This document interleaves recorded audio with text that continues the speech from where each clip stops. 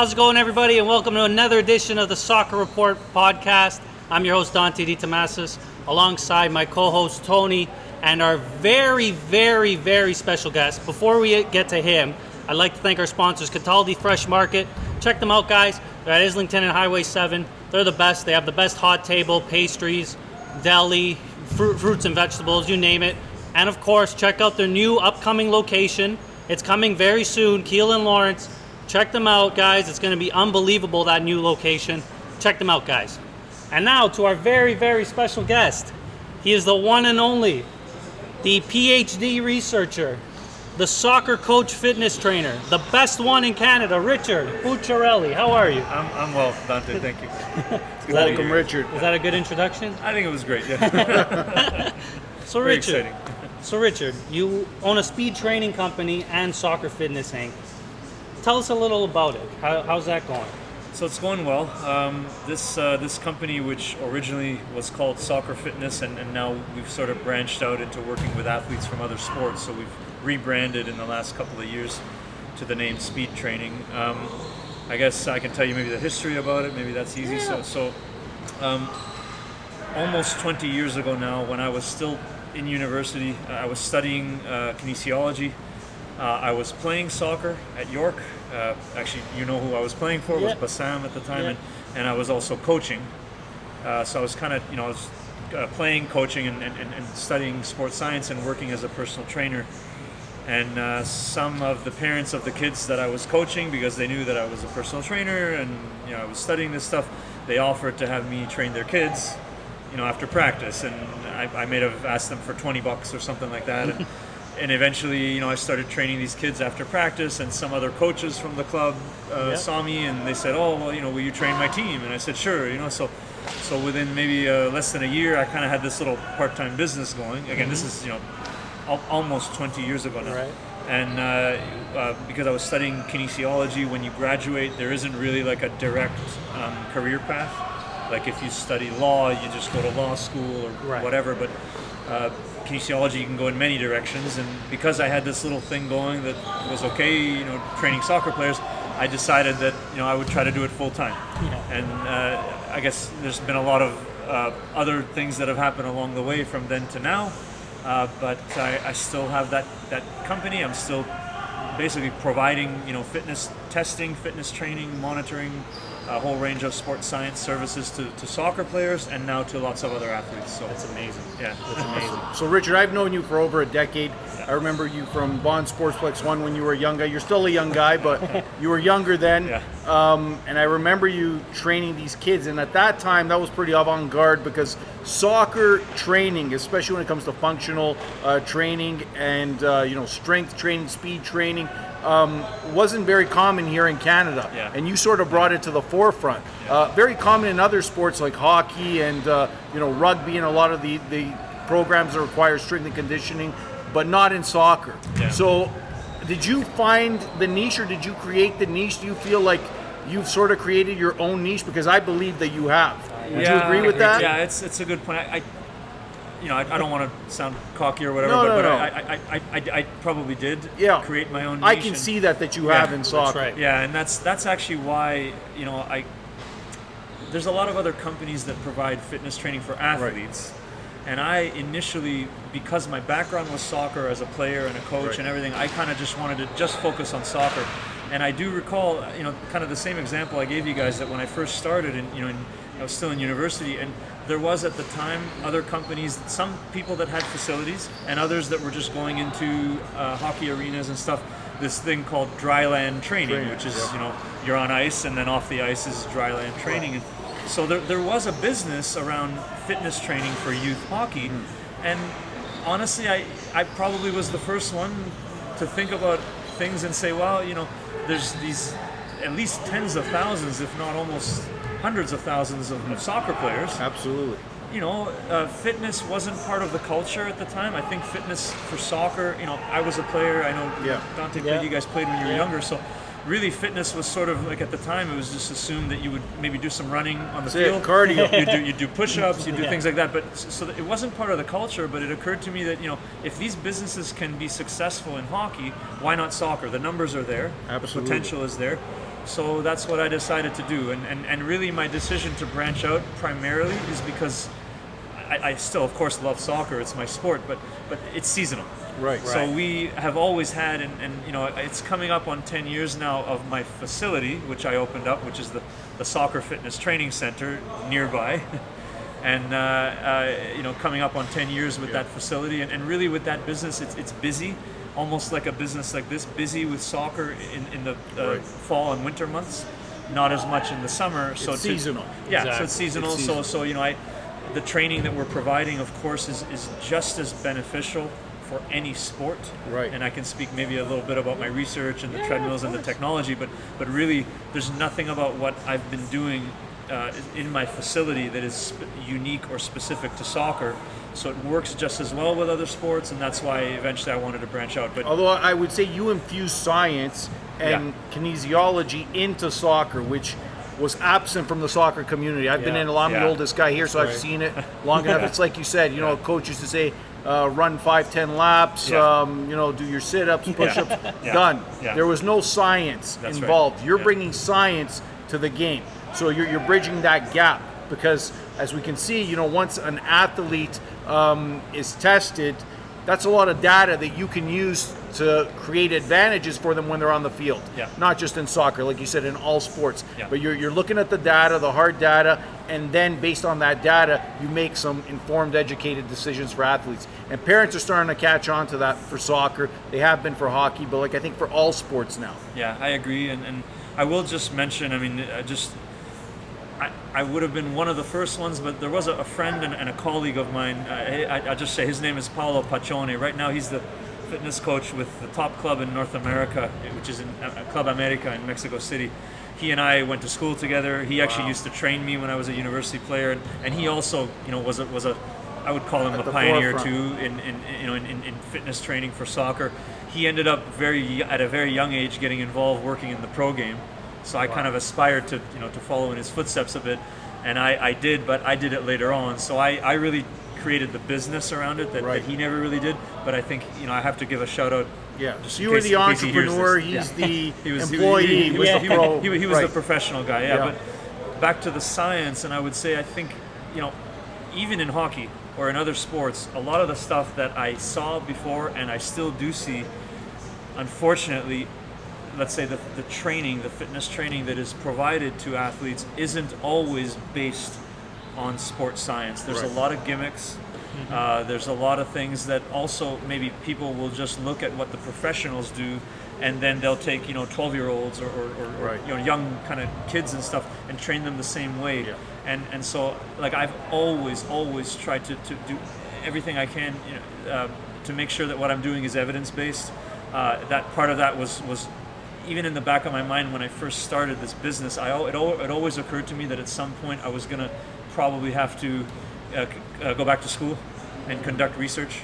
Right. Especially because, and maybe I think Dante, you know this, that one of the unique things about my facility and the work that I'm doing, and it is now my PhD research, is the use of these high-speed, high-incline, and self-propelled running treadmills. That's right. And I got exposed to that technology about 12 years ago, so I was kind of ahead of the curve when it came to that, just because of a previous company that I worked with.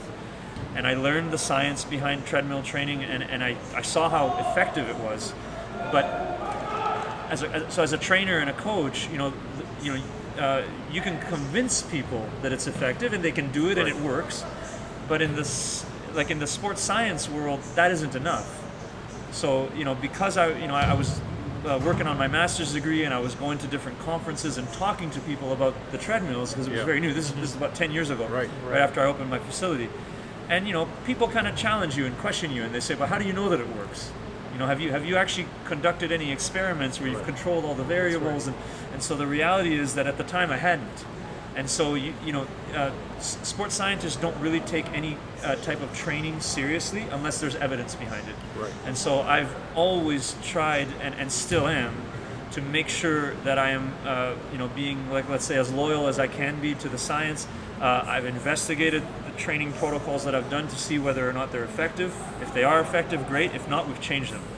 we actually did make a big push to using a lot more self-propelled running in addition to the motorized treadmills, because they do two different things. And part of that was what actually came out of my research. So I'm trying, as hard as I can. So is this why the shift to the speed training, the speed fitness training? Yeah. Because of your research and a decade of, basically conducting research and seeing these athletes improve because of the speed training? Yes. So I would say that, the reality is that like soccer and all other sports are not really as different as we think they are, in the sense that all sports require some type of sprint or high intensity activity, and then some rest, and then a repetition of that sprint again. That's right.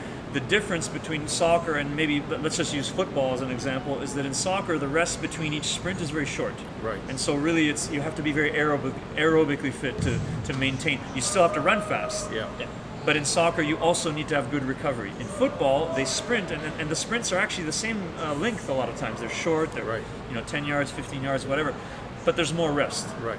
And that's actually one of the reasons why football players are a lot bigger and stronger than soccer players, because they don't have to worry about their aerobic system as much. They don't run as much, and so they can put on more muscle and all that. And so you can look at hockey, you can look at baseball, basketball. They all follow the same pattern. And so, it occurred to me that the best way to try to train any athlete, you want to try to make them run faster. So, I looked at all the different ways that you can try to make an athlete run faster, and essentially using motorized treadmills, which really is the best. I'm a little bit biased, but I've got good evidence behind it. The best way to make the legs actually move quicker, so that's stride frequency or turnover, and whether it's self-propelled treadmills or other types of resisted running, which is where kind of the sled training comes into it, some type of resisted running, which is the best way to make the leg muscle stronger, and that improves stride length. Because speed is the product of stride length times stride frequency. And the reality is that, especially for young athletes, again, it's been 10 years, I've worked with thousands of athletes, we've published research on it. It's very clear to me, the best way to improve stride frequency, is with a motorized treadmill. And the best way to improve stride length is with resisted running.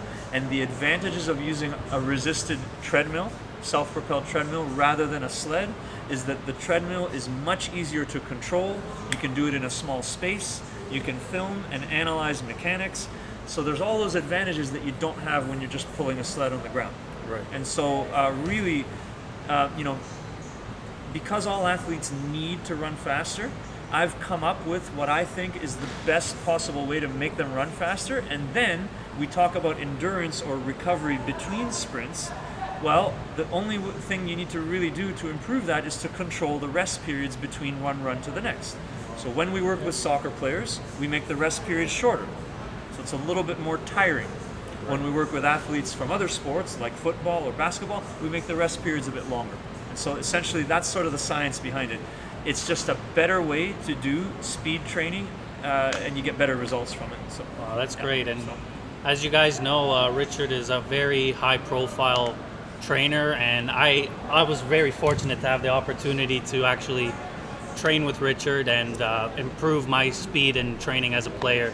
So kids out there, if you need any advice, please go to Richard. It's extremely important. But Richard, I've got to ask you too, the future of Canadian soccer. We have the 2026 World Cup coming here in Canada.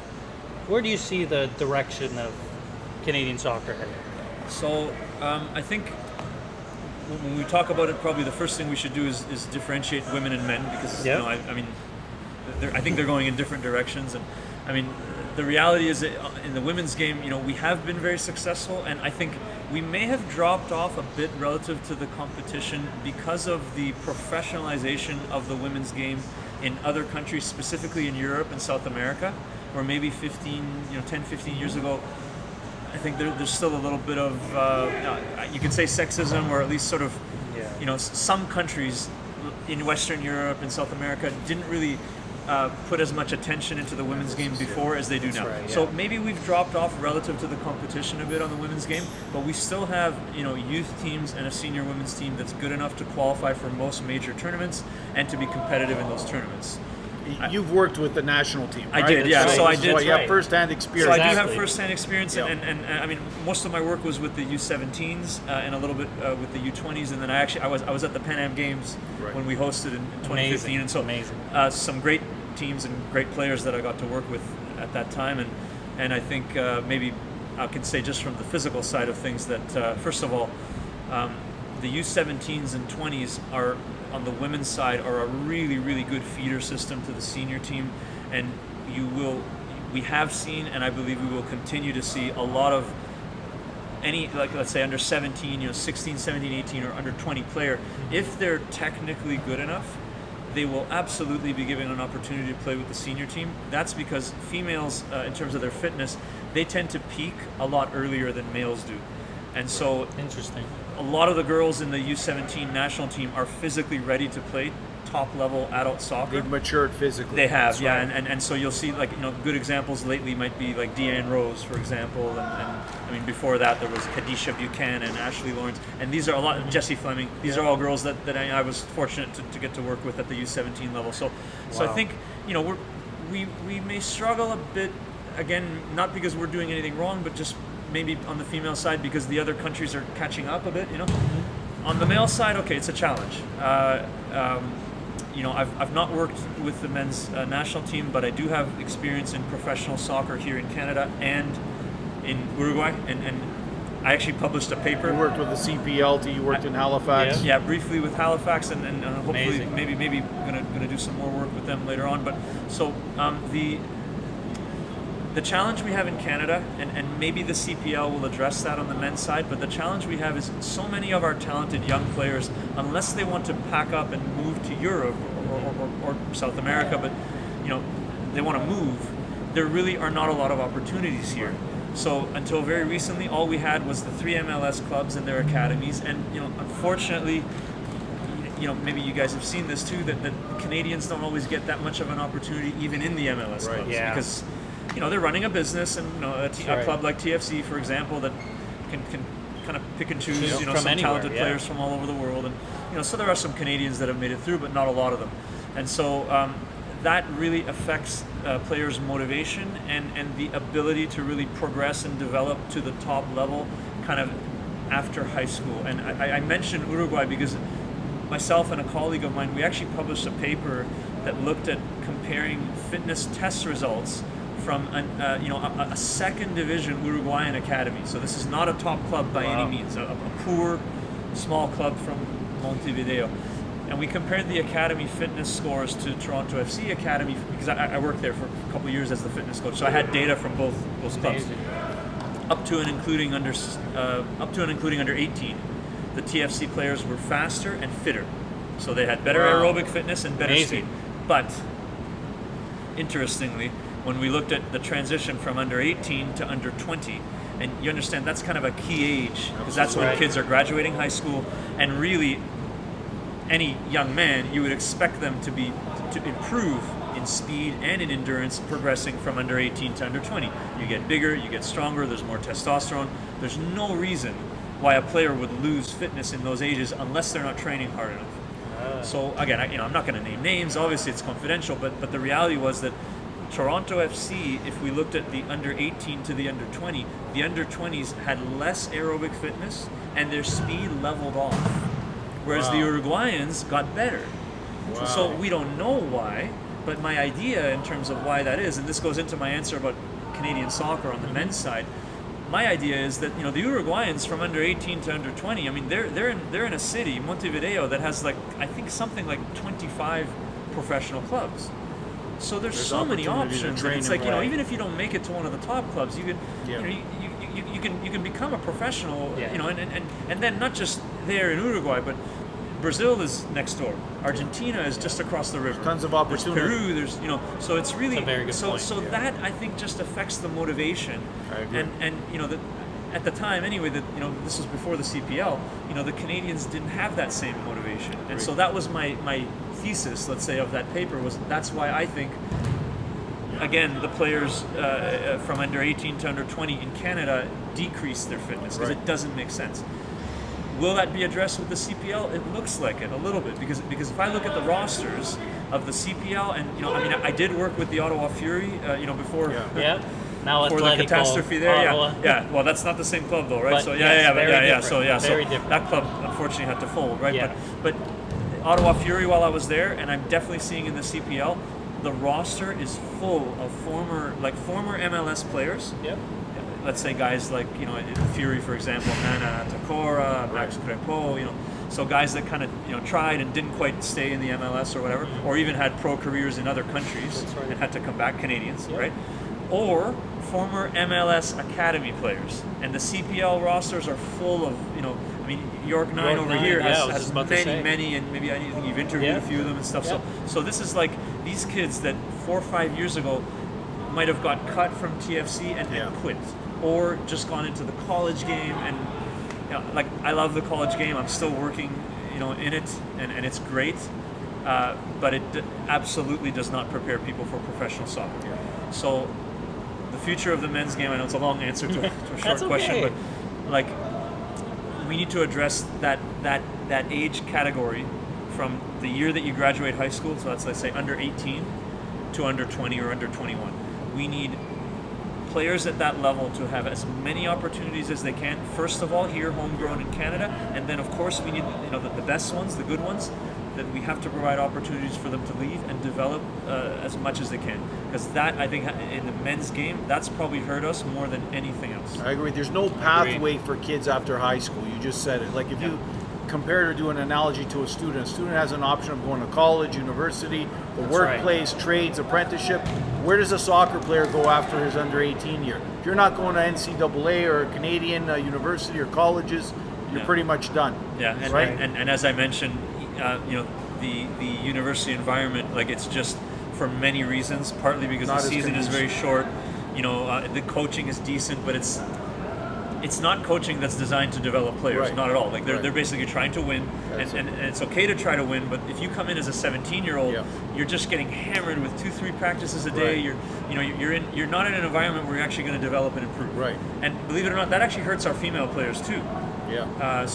I really believe that with the increased professionalism of specifically the Western Europeans, France, Holland, Spain, in the women's game, that they're going to start to overtake us a bit more because their top players don't go to college. Their top players get into the pro game. That's right. So there's a then what you're saying is like an NCAA player is at a disadvantage. Big time. If So you have all these parents who are dreaming of scholarships for their kids because they think that might be the route, but it's actually detrimental to their pro career, possibly. It is detrimental to their pro or international career. Right. But of course, we got to be realistic too. That more or less, the chances of becoming a professional are very slim. Right.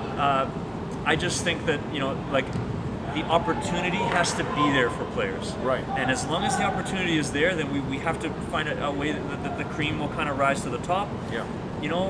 Something probably out of all the players that are playing in the youth game, 5% of them may end up getting a scholarship, and then less than 1% become pro.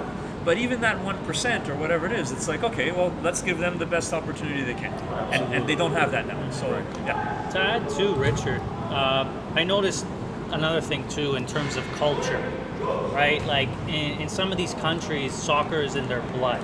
Yeah. Right, and they just live and breathe it every day. Do you think, from a soccer standpoint here in Canada, do you think there's a culture change that needs to happen as well?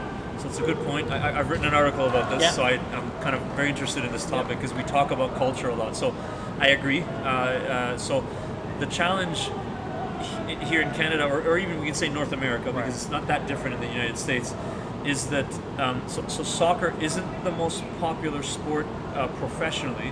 Of course, we've got lots of kids that play, but what we lack is, because it's not the most popular sport professionally, our kids here that grow up playing the game, they don't have any local heroes to aspire to. That's right. Okay, so I talked about this in my article. So two things. Number one, that this idea of children having role models. Okay, that's right. So the players that young children in Canada aspire to be are Ronaldo, Messi, maybe the Italian, like it's the people from wherever their parents are from, or just the top players from other countries, and it's different because you can watch them on TV, but you can't go watch them live. You can't support them. And I would challenge, like we do this in my facility and stuff, because I talk to kids about this and parents all the time. You probably could find young kids here, good soccer players, that could tell you the starting lineup of Barcelona. That's right. But they can't tell you the starting lineup of Toronto FC or the Canadian men's. And so that is something that is it is a feature or a phenomenon, let's say, unique to North America. I lived in Uruguay. I know that country very well, and I've been around enough to know what it's like in other countries too. That, like, the little kids there, so they know the local club. So that might be the equivalent of the kids here, York 9. Wow. So they know every player. They follow the scores and standings. They go and watch the games live. Wow. Not on TV. They go every weekend, and then they also will probably support one of the big clubs. So it's like, again, the equivalent of like every little kid that lives in York region would watch every York 9 game, and then also go watch Toronto FC. Right. So that's the culture that we don't have. Now, why don't we have it? Well, I mean, there's a lot of reasons. I think it's a lot of distractions. There's a lot of competition from different sports. Yeah. I think, a lot of people, if you grew up, watching the Premier League or Serie A or La Liga, the quality of MLS is getting better, but it's not at that level. No. So I think a lot of people are, if they have 2 hours on a weekend, they'd rather wake up at 8 o'clock and watch, Man United or whatever. So there's that issue, and I think, really, and this is the other article that I wrote about this topic just last year, is that, if Canadians, and that I include, myself, like coaches, professionals in the game, but also fans and kids and parents, and if we want our national team to become better, to perform better, we all need to do a much better job of supporting all the local soccer. So what I say, and I said this in my article, is, don't complain that Canada doesn't qualify for a World Cup, or I don't know, back in the day, I mean, TFC is doing very well now, but for a long time, TFC was, wow. The first year was the rough. criticism was so don't complain about Toronto FC and the Canadian national team and all the poor results if you're not watching. That's right. Because one of the reasons anyway, that we don't develop more, on the men's side is no one's watching, and because no one's watching, advertisers are not investing. And because of that lack of advertisement and investment, there's no money to improve the quality of everything around the game. Like, I lived this when I worked with the women's team, because the women's team, because we were successful, we had lots of funding.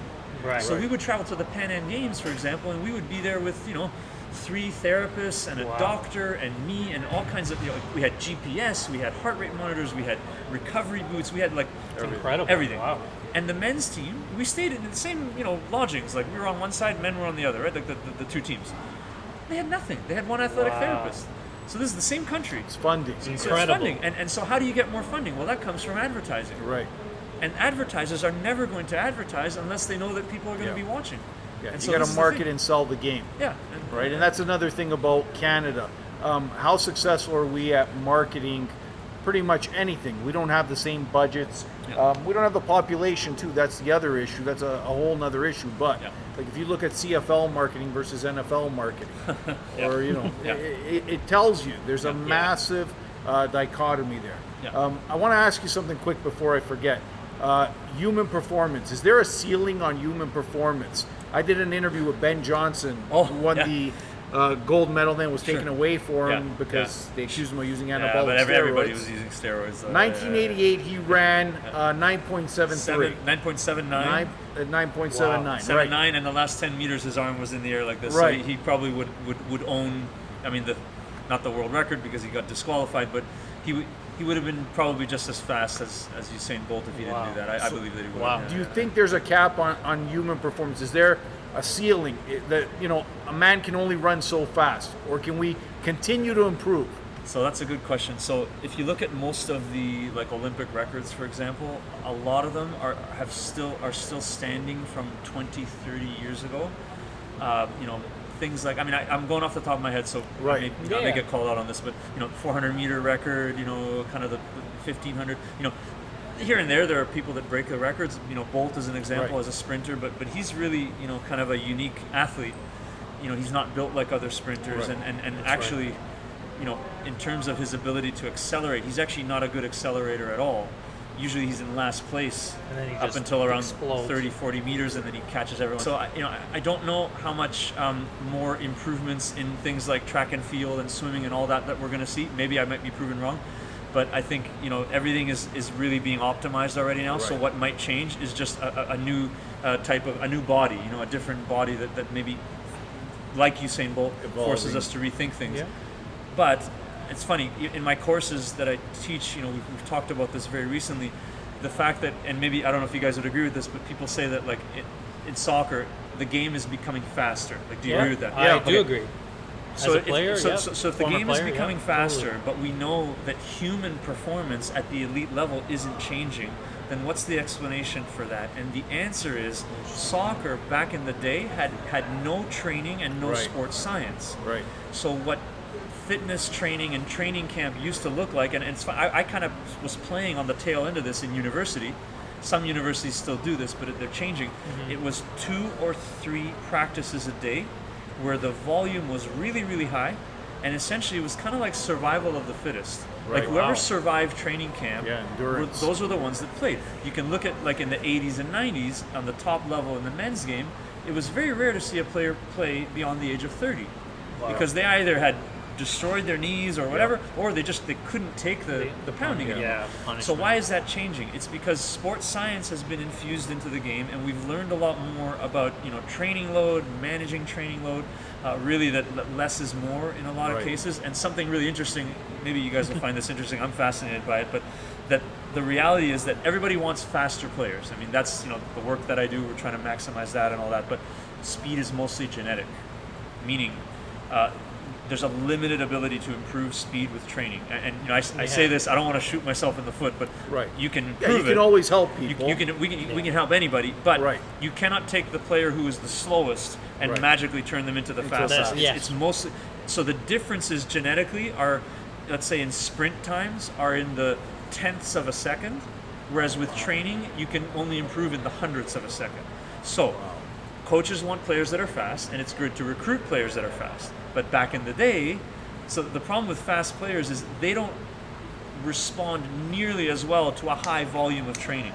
A fast player, by definition, has usually a bit of less endurance and a bit less ability to recover well. So a guy like Ronaldo, who's rated as one of the fastest players in the world right now, Yeah. would not have as much endurance. Yeah, he's a little different because he also has good endurance, but on average, the faster players usually Don't. don't. So back in the day, those players, really, again, this is the only explanation. We don't know because you can't, Right. go back in time or whatever. But the only explanation for why the game is faster, because as I said, human performance has not improved. That's right. The explanation is the faster players back in the day were weeded out because of the training. Wow. Interesting. So Wow. a player that has good endurance but is slow would have responded much better to a hard training camp 2-3 days a week, Right. out That in the makes heat sense, than yeah. a faster player. Faster players would have broken down, torn their hamstrings, Wow. Achilles tendons, knee issues, whatever it is, right? So we've done a much better job of keeping those fast players in the game, and because of better sports science, better training, we're really optimizing their performance. So yes, the game has got faster, but it's not because players. Well, okay. It's not because the players are like just super fast and they were never fast before. The fast players before didn't survive. Wow. Wow. Interesting Yeah. angle on that. Wow. Yeah. No, it's very interesting. Richard, I got to tell you, this has been a very informative, educative Absolutely. podcast. Absolutely. I learned a lot. I love that you infuse the science and Yep. the data, right, and the research. Thank It's something you. that's Yeah. missing from soccer, and I think sports in general, and this is what you're going to bring to the entire sports community. Yeah. Where do you see yourself in the next 5 years? Well, hopefully, I'll be able to finish my PhD. I had a bit of a speed bump with COVID, but I'm looking to try to get everything finished within the next year or so. Of course, I've got my business, and I love my business and love what I do, so I'd like to grow that and really, to branch out into other sports. That's really, because we've got good evidence to show that the training works, in soccer, and it works with athletes. We want to try to, really share that same really beneficial training with other sports. Right. The other thing that I would really love to do is to get back connected into the game at the highest level. I've worked with an MLS academy briefly with CPL. I'd like to maybe get back there. I worked in the USL. I worked with the national team. At this point in my career, I would like to work with a senior MLS club, and possibly at some point I'd be open to traveling overseas again, and I'd really love to be working at the highest level. That's You will be. I'm sure you will be. You got this, Rich. The most knowledgeable guy in the game, guys. If you're in the GTA, Toronto, Ontario, call Richard. You can look him up on Instagram. Where can people find you? So the previous business, Soccer Fitness, that Instagram account is Soccer Fitness Inc. That's INC, like incorporated. And our new Instagram account, which is the new business, Speed Training, that's speedtraining.ca. So Soccer Fitness Inc. and speedtraining.ca. Perfect. Check Richard out, guys. If you're a young soccer player, you want to be training with Richard. And guys, before we leave, we'd like to thank our sponsor again, Cataldi Fresh Market. Thank you, Cataldi, for sponsoring this show. And guys, make sure to check us out on Instagram at the Soccer Report Podcast, on YouTube at the Soccer Report Podcast, on Apple Music, Google Play, and Spotify, guys. And for more episodes, check us out, guys. Thank you, Richard, as always. Thanks, Richard. Thank you. Have a good night, guys. Take care, guys.